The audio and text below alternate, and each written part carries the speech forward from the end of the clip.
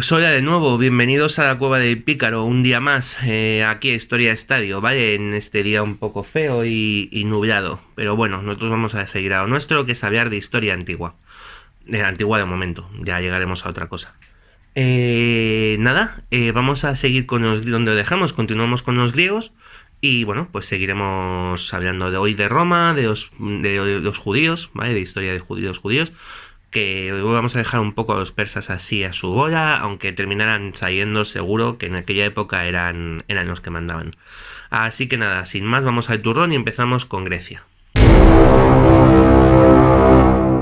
Con Temístocles fuera de juego, primero huido a Persia y posteriormente fallecido, había llegado el momento de que su principal rival político pudiera brillar con luz propia, ¿vale? Hablamos de Cimón, que era el nombre que tenía el hijo de Milcíades, de aquel Milcíades que recordaréis porque había sido el gran vencedor de la victoria de la batalla de Maratón, y al que Atenas en su momento había tratado pues un poco de aquella manera, que es como los atenienses solían tratar a sus líderes al final de sus gobiernos, ¿no? Las cosas como son. Y hacia el que parecían tener algo de sentimiento de culpa. Los atenienses habían puesto una gran multa a Milcíades, ¿vale? Lo que había causado que su familia prácticamente se viera arrojada a la pobreza, pero Cimón había como resurgido. Y esto pues como que les daba un poco de sentimiento de culpa. Y además las crónicas cuentan que Cimón era el Chris Hemsworth de la época, ¿vale? Era como pues para mojar pan. Y eso dentro del mundo griego, que es un mundo muy obsesionado con la belleza, era una ventaja. Con lo cual Cimón partía del bacalao. Y bueno, pues cuando Temístocles fue relevado por Cimón, tuvo que hacer, bueno, después de un poco tiempo, el propio Cimón tuvo que hacer su bautismo de fuego, vamos a decirlo así, ¿vale? Poco después de llegar al poder en Atenas. ¿Y gracias a quién? Pues por supuesto a los persas, que son los que hacían estas cosas. Cuando hablamos de que con Platea acaba la primera de las guerras médicas, es una convención histórica. Una convención que nos ayuda a segmentar la historia en partes para así poder analizarlas y entenderlas. Pero realmente el conflicto con los persas no se frena en seco, ¿vale? Con la Liga de Delos recién formada, en el año 467, un noble persa harto de derrotas y de fracasos frente a los griegos, decidió reunir una flota en la región de Panfilia, que es una zona con un nombre muy gracioso al sur de la actual Turquía, y se lanzó a la conquista, dispuesto a recuperar las islas Cíclades, que los persas habían perdido. Y bueno, pues este general tenía el sonoro nombre de Ariomandes, y reunió bajo su mando a toda una gran flota de barcos fenicios, preparados para recuperar el dominio persa sobre el Egeo, ¿vale? Pero Cimón y los atenienses no estaban por la labor de esperar a los persas y bueno, pues no querían un nuevo giro en la guerra en el que volvieran a luchar a la defensiva. Perdón que se me descoloca esto. Vale, no querían volver a esa lucha defensiva que habían sufrido durante la Primera Guerra Médica, ¿vale? Así que, ni cortos ni perezosos, Cimón ordenó que a la Liga de Delos reunir sus flotas, reunir sus barcos, y se dirigieron a las costas de Panfilia y Cilicia, las bases de la flota persa de Ariomandes, ¿vale? Son regiones de costa muy escarpada. Históricamente, las costas de estas regiones, de Panfilia y Cilicia, van a ser bases, centros de donde se van a reunir muchos piratas, ¿vale? Porque son muy escarpadas, tienen muchas calas como secretas, tal, ¿vale? Y es la zona que Ariomandes había convertido en centro de su flota. Y una zona que los griegos, por cierto, no conocían. O sea, que era arriesgado, fue una misión arriesgadita, ¿vale? Pero bueno, en este caso el riesgo mereció la pena. Sorprendieron a los fenicios, a los persas, ¿vale? Y que al ver aparecer sin saber muy bien cómo a los griegos allí, decidieron retirarse hacia el interior, utilizando para ello uno de los ríos que había en la zona, el Eurimedonte. ¿Vale? Decididos a no dejarles escapar, Cimón ordenó a los atenienses seguir a los persas. Y finalmente griegos y persas volvieron a enfrentarse otra vez en una batalla que tiene el nombre de ese río, la batalla de Eurimedonte, ¿vale? Y los griegos salieron victoriosos, afirmando así su control sobre el Egeo y sobre todo el Mediterráneo oriental, ¿vale? Cimón regresaba hacia Atenas convertido en un héroe. Y pobre Cimón, que ya sabemos cómo tratan a los héroes. Entre otras muchas cosas, como que quizá era un poquito incestuoso, Cimón era pro-espartano, ¿vale? Tenía el pelo largo, tuvo un hijo al que llamó Lacedemonio, en honor a la región de Esparta. Pero sabemos que en estos momentos las relaciones entre las dos ciudades estaban un poco regular, desde el conflicto de las murallas con Temístocles, ¿vale? Aún así, en el año 464 ocurrió algo que obligó a unos y a otros a reconsiderar sus posiciones, y es que un gran terremoto sacudió Grecia, y según algunos testimonios, Esparta quedó completamente arrasada. Vaya, aunque esto realmente parece más una exageración visto cómo continuó la política espartana, pero bueno, que no debió ser poca cosa. Vale. Aprovechando la situación, los idiotas, esos esclavos, esta especie de cuarta clase mesenia, que los espartanos utilizaban como mano de obra, se alzaron contra ellos, ¿vale? Dando inicio a lo que se llamó la Tercera Guerra Mesenia. Y los espartanos se vieron obligados, con todo el dolor de su corazón supongo, a pedir ayuda a los atenienses. Ayuda que Cimón, como pro-espartano que era, estuvo encantado de ofrecer. Vaya, así que Arconte tomó sus ejércitos y se marchó a Esparta para ayudar a los espartanos, ¿vale? Solo que cuando llegó a Esparta, pues fue rechazado y le dijeron que ya no hacía falta que se volviera a casa, bajo la excusa de no, si ya nos necesitamos, gracias, ¿vale? Esto era cierto, o sea, Esparta terminaría ganando la Tercera Guerra Mesenia, aunque eso duró 10 años, ojo, les costó 10 años. Los atenienses se tomaron evidentemente la acción de Esparta como un insulto, ¿vale? Cimón fue condenado al ostracismo por pro-espartano, y Atenas decidió convertir a la Liga de Delos en el polo opuesto a la Liga de Corinto que Esparta lideraba, ¿vale? Rompiendo todo tipo de relaciones con esta ciudad. Y aquí empieza la locura, ¿vale? O la fiesta, depende de si estabas allí o lo oyes 2300 años después. Y es que dispuestos a tocar las pelotas a Esparta todo lo que pudieran, los atenienses comenzaron a meterse en todos los conflictos que pudieron. Se aliaron con Argos, la ciudad que competía con Esparta por el dominio del Peloponeso. La Liga de Delos terminó luchando al mismo tiempo en Corinto, en Egina, en Eubea y en Beocia, ¿vale? Pero también en Chipre y en Egipto, como ya vimos en el episodio anterior cuando hablamos de la rebelión de los egipcios contra los persas, ¿vale? Y a pesar de ello y de pérdidas tan importantes como la de una flota entera frente a los persas en Egipto, parece que Atenas terminó saliendo reforzada de todo este conflicto. En ausencia de Cimón, además, un líder un tanto oscuro que no sabemos muy bien de dónde salió, llamado Efialtes, había dado una especie de giro democrático a Atenas, ¿vale? Arrebatando el poder que le quedaba al Areópago, a la reunión de los nobles, para entregárselo a la Bulé, la asamblea del pueblo. Pero desde la salida de Cimón hacia el 464, como hemos dicho, no había habido un dirigente fuerte en la ciudad, y de hecho, en el 454, los atenienses tuvieron que volver a llamar a Cimón, ¿vale? Que estaba a punto de terminar su ostracismo y que volvió a Atenas convertido de nuevo en un líder para sacarles de aquella especie de atolladero de múltiples facetas en el que se habían metido. Cimón regresó, tuvo un gran puñado de victorias en suelo griego, ¿vale? Pero finalmente terminó muriendo en Chipre contra los persas, ¿vale? Y sería su cuñado, Callias, quien finalmente llegaría a un acuerdo de paz con estos, ¿vale? Se llamará por eso la paz de Callias, por el nombre del cuñado de Cimón, ¿vale?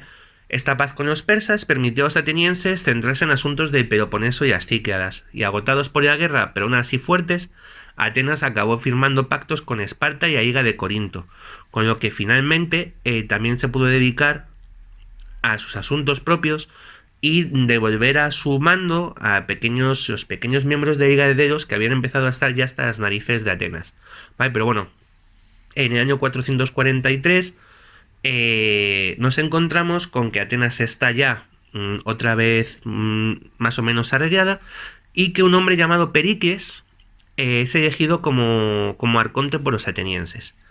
Pericles ya había sido elegido anteriormente, ¿vale? De forma esporádica, había sido eventualmente elegido por los atenienses, ya había sido líder, ya le conocían, ¿vale? Pero la diferencia está en que desde el año 400, a partir del año 443, Pericles va a continuar siendo elegido una y otra vez todos los años hasta su muerte. Y su importancia va a ser tal que hablamos de la Grecia de Pericles, e incluso en el siglo V a.C. es conocido muchas veces como el siglo de Pericles. Y de Pericles hablaremos en el próximo capítulo, porque ahora nos vamos con Roma.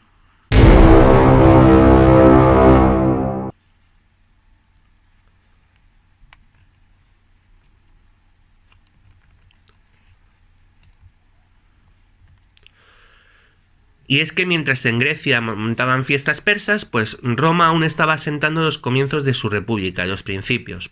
¿Pero os creéis aún así que en este tiempo los romanos iban a quedar de manos cruzadas? Todos sabemos que no. Los romanos habían tenido varios enfrentamientos contra los volscos, contra otras tribus del centro de Italia, ¿vale? Los ya mencionados samnitas, los equos, los sabinos, ¿vale? Y aunque finalmente habían conseguido imponerse con ayuda de los latinos, los romanos tenían claro que su enemigo no eran solo estas tribus del centro de Italia, sino también la ciudad de Velles. La ciudad de Velles, que era el corazón de la cultura etrusca, y que Velles había acogido y ayudado a diversos enemigos de Roma y tenía bajo su control una serie de territorios cuyos recursos Roma necesitaba para continuar con su crecimiento. Oficialmente la guerra con Velles, la guerra entre Roma y Velles, comienza en el año 485, pero va a alcanzar su apogeo en el año 477, en la llamada batalla de Crémera, ¿vale? Hasta ese momento Roma había provocado a los velleses atacando sus fronteras, y se había visto sobrepasada en muchos momentos y encajada entre los propios velleses. Recordad que Velles se encuentra solo a 18 kilómetros aproximadamente de Roma, y las tribus que solían atacar Roma todos los años, como fiesta de Navidad, por ejemplo, ¿vale? Pues estos equos, sabinos, volscos, samnitas, etc., ¿vale? En el 477, los miembros de una de las grandes familias de Roma, los Fabios, se ofrecieron a hacerse cargo personalmente de la guerra contra Velles, para permitir que las legiones de la República pues se enfrentaran a las tribus de todos los años, ¿vale? Así que el líder de los Fabios, un hombre llamado Cesón Fabio Vibulano, marchó hacia el norte y comenzó la construcción de una fortaleza en el río Crémera, muy cerca de Velles, ¿vale? Desde allí lo que Vibulano pretendía era anular las incursiones de los etruscos, ¿vale? Por supuesto, a los velleses no les hizo ninguna gracia la idea de tener una fortaleza romana tan cerca de su ciudad, y decidieron presentar batalla. Pero la aparición del cónsul Lucio Emilio Mamercino, con refuerzos romanos, resultó en una imponente derrota de los etruscos, ¿vale? Obligados a pedir una tregua.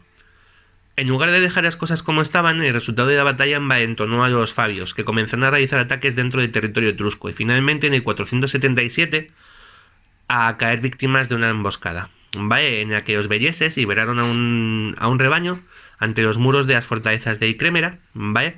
Y pensando que los etruscos estaban lejos, los romanos salieron a robar animales, ¿vale? Que era algo que era muy de romanos, ¿vale? Cuando estuvieron fuera, los velleses atacaron, y aunque los romanos consiguieron formar y fortalecerse en una colina cercana, terminaron siendo derrotados y ejecutados por los velleses, ¿vale? Que aniquilaron a toda la familia Fabia.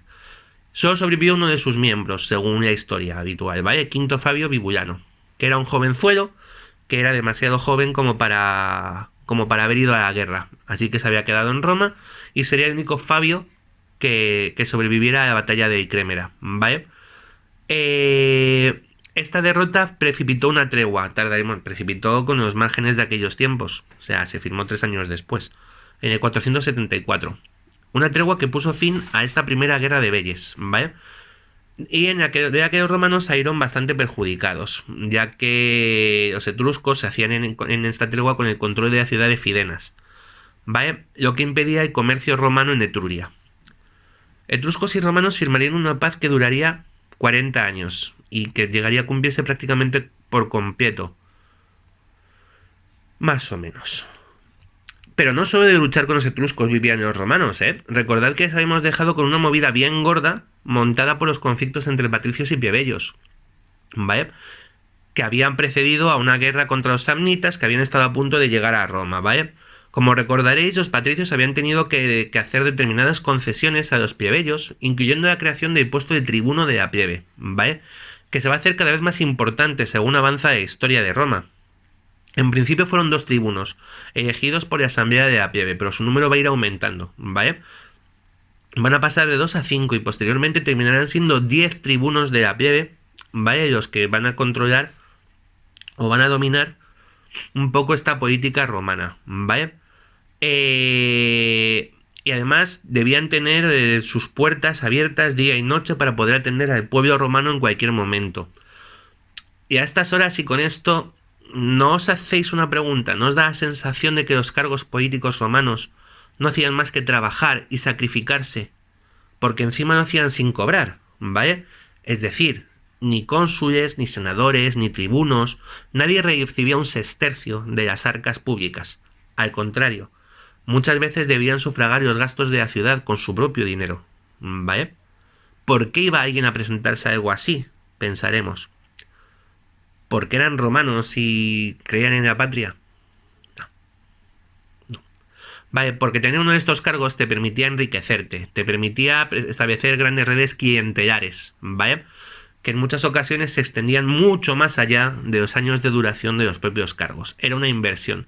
Convertirte en tribuno de la plebe, convertirte en cónsul, en senador, en cualquiera de los cargos públicos, lo que hacía era, sí, voy a gastar dinero durante un tiempo, pero me va a permitir hacerme con el control de no sé qué, y voy a recibir dinero de sobornos de no sé quién que me va a pagar para que, bueno, vamos, que es como hoy, ¿no? Como la caja B, como ser del PP, pues al fin y al cabo, ¿no?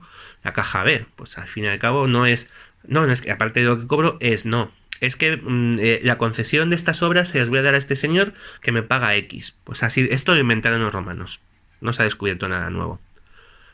En fin, que entre los años 451 y 450, llevados por el conflicto entre patricios y plebeyos, Roma realizó un experimento de gobierno y en esos años no se eligieron cónsules. Son años sin cónsules, ¿vale? El gobierno de la ciudad desde Roma fue realizado de forma colegiada por 10 hombres, ¿vale? Son los años llamados de Decemviri, o Decemviri, sería realmente Decemviri, ¿vale? El primero estuvo formado exclusivamente por patricios, pero tras un año se formó un nuevo gobierno de Decemviri, ¿vale? Y esta vez mezclaba patricios y plebeyos, y resultó ser un rotundo fracaso, ¿vale? Al final, bueno, había demasiados conflictos entre ellos, no avanzaron a ningún sitio, al final de ese año además los colegiados se negaron a dimitir, con lo cual, bueno, hubo que forzarles, y cuando se acabó todo esto decidieron volver a su forma de gobierno tradicional, es decir, 2 cónsules.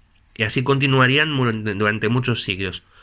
¿Vale? Pero en estos 2 años sí que ocurrió algo importante. Y es que los de Decemviri dejaron algo que pasaría a la historia. ¿Vale?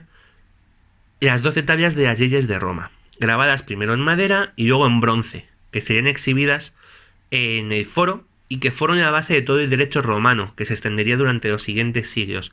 Y ojo, no solo en Roma. Mucha parte del derecho medieval es hijo del derecho romano, ¿vale? Pero bueno, volvemos a los etruscos. Y en el año 438, romanos y belleses andaban ya pensando en cómo iban a darse las siguientes manos de hostias. Solo un año después del final de la primera guerra con Belles, los romanos habían vuelto a hacerse con el control de la ciudad de Fidenas. Vale, no había durado mucho. Pero bueno, a estas alturas los ciudadanos de Fidenas, ya con la tregua a punto de expirar, la tregua con Belles, estaban hasta el garum de todos los romanos. Así que ni cortos ni perezosos, en el 438, como he dicho, expulsaron de la ciudad a los romanos y entregaron el dominio de Fidenas al rey de Belles, que en este momento era un hombre llamado Lars Tolumnio. ¿Vale? Los romanos enviaron a 4 legados a presentar sus quejas ante Tolumnio, y este ordenó, así también como el que pasaba por allí, la muerte de los legados romanos, lo que provocó que la ciudad entera de Roma volviera a alzarse en armas. Este episodio de la muerte de los legados romanos en Belles, o bueno, en Fidenas, es un ejemplo de cosas curiosas que pasan en la historia, ¿vale? Porque se dice que fue un error de Lars Tolumnio, que estaba jugando a los dados mientras conversaban con los romanos y tal, y cuando le sugirieron matares, tuvo una gran tirada de dados, dijo excelente, y entonces se tomaron la idea como que Tolumnio había dado la orden de matar a los romanos. Hostia. Y no se dio cuenta después de que se estaban acuchillando. En fin, fiorituras de la historia, ¿vale? En fin, la muerte de estos 4 legados romanos evidentemente hizo que los romanos se arrancaran las vestiduras y decidieran marchar de nuevo a la guerra, ¿vale? En el Senado se eligió un dictador. Sabéis que así funcionaban los romanos para estos casos. Un dictador que dirigiera las legiones romanas contra Belles. Y el elegido sería Mamerco Emilio Mamercino, ¿vale? En este caso, los etruscos no tuvieron ninguna oportunidad. La resistencia de Fidenas fue aplastada con contundencia, y aunque Belles pidió ayuda a otras ciudades etruscas, estas hicieron como que llovía, ¿vale? Así que los romanos recuperaron Fidenas y el propio rey de Belles, Lars Tolumnio, moría en combate singular contra uno de los tribunos militares romanos, Aulio Cornelio Corso, ¿vale? Poniendo fin a esta guerra y con una nueva tregua de 40 años. Pero tendremos tiempo para una tercera guerra. Y esto será próximamente, porque hoy vamos a terminar con la historia de Judea, ¿vale? Adelante. Vamos a recuperar un poco la historia de Judea, de Israel, ¿vale? Que se hemos dejado prácticamente recién liberados de su cautiverio babilónico, ¿vale? Por la llegada de los persas. Como vimos en su momento, los persas eran bastante liberales con el tema de la religión, así que cuando tomaron Babilonia, Ciro permitió que los judíos volvieran a Israel, ¿vale? Dejándoles además que se llevaran, bueno, a Israel, a Judá, ¿vale? O a Judea, ¿vale? Israel, recordad que se habían dividido en dos, Israel y Judá, bueno, pues es Judá, donde volvían, a Jerusalén, vamos, en resumen. Y además permitió que se llevaran sus elementos sagrados. Para muchos otros pueblos, estos elementos sagrados iban a ser las estatuas de sus dioses, pero en el caso de los judíos que prohibían la realización de representaciones de Yahvé, van a ser elementos más simbólicos, pues la gran Menora, ¿vale? O quizá el Arca de la Alianza, en el caso de que hubiera sido llevada a Babilonia. Organizar dicho regreso será responsabilidad de uno de los nietos del antiguo rey de Judá, Joaquín, ¿vale? Y se llamaba Zorobabel, y según algunas fuentes ayudado por un tal Sesbazar, aunque según otras lo haría él solo, ya que Zorobabel y Sesbazar serían la misma persona. El caso es que Zorobabel llevó a los judíos de Babilonia de vuelta a Jerusalén y de inmediato comenzarían a construir su segundo templo, ¿vale? Un proyecto que concluiría en el 525 a.C. con el llamado Segundo Templo de Jerusalén. Pero aunque los persas tuvieron el detalle de la libertad religiosa, os podéis imaginar que tampoco eran gilipollas, ¿vale? Así que no les concedieron la libertad completa a los judíos. Durante este periodo no hablaremos de reyes de Israel, sino de gobernadores, ya que Israel va a formar parte, Israel y Judá, perdonadme, siempre, Judá, va a formar parte de un gobierno persa, una provincia persa llamada Yehud, ¿vale? Sin embargo, a pesar del regreso de los judíos a Judea, no podemos pensar que abandonaron en masa Babilonia y ni las tierras de los persas. Muchos de ellos se quedaron allí, y en algunos casos volverían en los años siguientes. Hay 3 libros de la Biblia que recogen este tiempo. Son los libros de Esdras, Esther y Nehemías. Y os pongo en este orden porque sería el cronológico, aunque los estudiosos afirman que el libro de Esdras y el libro de Nehemías son realmente el mismo libro, eran el mismo rollo. Y no digo rollo porque sean un coñazo, ¿vale? Sino porque se escribieron en un solo rollo como tal, un rollo de papiro, ¿vale? El primero de ellos, el libro de Esdras, se centra en la reconstrucción del templo de Zorobabel, ¿vale? El segundo, por el contrario, el libro de Esther, es uno de los más novelescos de la Biblia, ¿vale? Y por decirlo de alguna manera, el menos bíblico de toda la Biblia, en el sentido de que no tiene ni siquiera mención del nombre de Dios. De hecho, esto hace que los judíos lo dejen fuera de la Torá, ¿vale? Y por influencia, las iglesias protestantes tampoco lo incluyen dentro del Antiguo Testamento, ¿vale? Ya que no se considera un libro sagrado como tal. Y es que el libro de Esther lo que cuenta es la historia de una joven judía llamada Hadashah, ¿vale? Que va a terminar cambiando su nombre a el de Esther, por eso el libro de Esther, que significa estrella en el idioma de Babilonia, según ellos, ¿vale? Y se va a convertir en la esposa del más poderoso de los reyes persas, el rey Asuero, ¿vale? ¿Que no hemos hablado de Asuero? Pues la verdad es que sí, lo hemos hecho. Asuero es el nombre que en la Biblia dan ni más ni menos que a Jerjes, ¿vale? Con lo cual, tenemos que Esther sería la esposa ni más ni menos que de Jerjes, ¿vale? Y es que, bueno, pues eso, el libro de Esther es una especie de novela en la que se cuenta cómo Asuero se casa con Esther tras rechazar a su esposa Basti, que el momento en que rechaza a Basti, porque lo hace súper cómico, o sea, es muy... Vamos a ver, os lo cuento. Se supone que Jerjes, Asuero, estaba dando una fiesta, ¿vale? Que de estas, una fiesta de las que duraban 7 días, ¿vale? Y mientras ella estaba dando una fiesta para los hombres, Basti había decidido dar una fiesta para las mujeres, ¿vale? Estaban separados. Y el 7.º día ya puesto de todo y pues eso, entiendo que con el subidón o con la bajona de... Bueno, total, que estaba ya hecho polvo, Asuero tuvo la idea de decir a su mujer, ven, que quiero que vean todos mis hombres tu belleza y no sé cuántos, ¿vale? Y Basti, que también llevaba 7 días de fiesta y debe tener ojeras hasta los tobillos, dijo que no iba, ¿vale? Y esto provocó una gran discusión y que, bueno, el divorcio, y Asuero rechazó a Basti, no solo porque Basti había desobedecido a su esposo, que además era el rey de Persia, entonces también había desobedecido a Isha, sino por la imagen o por la idea que Vashti pudiera transmitir a otras mujeres de que pudieran negarse a aceptar las órdenes de sus maridos. Tócate los cojones. Esta es la historia de Asuero. Vale, de Jerjes. Y total, después de rechazar a Vashti, Jerjes se va a casar con Esther. Vale. Y bueno, pues nos va a contar este libro la historia de cómo uno de los hombres de confianza del rey, de Shah, de Amán, Amán se llamaba, va a planificar la aniquilación de los judíos, a los que tenía cierta inquina, sin saber que la propia reina era uno de ellos, ¿vale? Lo que va a llevar a su perdición. Lo que ocurre con este libro es que realmente parece una novela, ¿vale? Y más allá de la existencia del propio Asuero, o sea, de Jerjes, no tenemos claro que ninguno de los otros personajes existiera realmente. Parece que no, vamos, que tiene pinta de que fue una novela.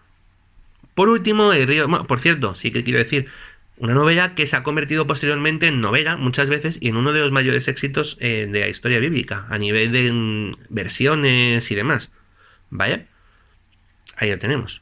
Por último, el libro de Nehemías transcurre durante el gobierno de Artajerjes. Por eso, cronológicamente, el libro de Esther tiene que ir antes. En Esdras Ciro, en Esther Jerjes, en Nehemías Artajerjes. ¿Vale? Y cuenta la historia de Nehemías. Nehemías va a ser uno de estos judíos que decidieron quedarse bajo el gobierno de los persas, ¿vale? Cuando los judíos de Zorobabel marcharon hacia Jerusalén, ¿vale? Nehemías vivía en Susa y trabajaba en la corte, era uno de los cortesanos de Shah, de Artajerjes, el hijo de Jerjes, y había llegado a ser su copero, ¿vale? Una persona bastante próxima, ¿vale? El que llevaba la copa. Según nos cuenta el libro, uno de los hermanos de Nehemías envió preocupantes noticias sobre el estado de Jerusalén. Y es que aunque Zorobabel había reconstruido el templo, las murallas y las puertas de la ciudad continuaban destruidas. Por algún motivo, igual es que Nehemías era muy fan de las murallas, esto le preocupó tanto que Esa se dio cuenta de que estaba agobiado, de que su copero estaba agobiado, y decidió enviarle como gobernador a Jerusalén, ¿vale? Dotándole de los medios para reconstruir las murallas y las puertas de la ciudad. Y así Nehemías volvió a ir a Jerusalén junto a muchos de los judíos que habían quedado en Susa y otras regiones del Imperio Persa, una especie de segundo éxodo, ¿vale? Dedicó su gobierno a volver a construir las murallas de la ciudad, a pesar de la oposición de sus enemigos que veían en una Jerusalén sin murallas una bicoca, ¿vale? Un pastelito. Y a partir de ahí se dedicó a las reformas sociales y políticas, ¿vale? Y religiosas. Por cierto, más o menos en esta época, los samaritanos, que recordaréis que eran los ciudadanos que habían llegado a Israel deportados por los asirios, y aquí sí digo Israel, no Judá, Israel, ¿vale? Construyeron su propio templo, su gran templo, en el monte Gerizim, ¿vale? Y este templo sigue en activo a día de hoy, junto a la ciudad de Siquem, ¿vale? Bueno, pues a pesar de todo esto, Nehemías va a ser el último gobernador de Artajerjes. El último gobernador que Artajerjes va a enviar a gobernar en la provincia de Yehud, ya que a la muerte de Nehemías se va a incorporar a la satrapía de Cellesiria, ¿vale? Y Jerusalén va a pasar a estar gobernada por un sacerdote elegido por los sirios. Evidentemente esto comenzó a hacer que los judíos miraran a los persas con otra cara, mucho menos amable, ¿vale? Y van a volver a hablar de independencia y de todo esto, pero aún así van a tardar muchos años en que las cosas se pongan en movimiento. Tendremos que volver a esto más adelante, cuando hablemos de Alejandro Magno, ¿vale? Pero para esto queda bastante, así que nada. Terminamos por hoy. Seguimos en breve. Espero que os haya gustado, lo de siempre. Campanita, like, compartid. Y nos vemos en el próximo episodio de Historia Estadio. ¡Chao!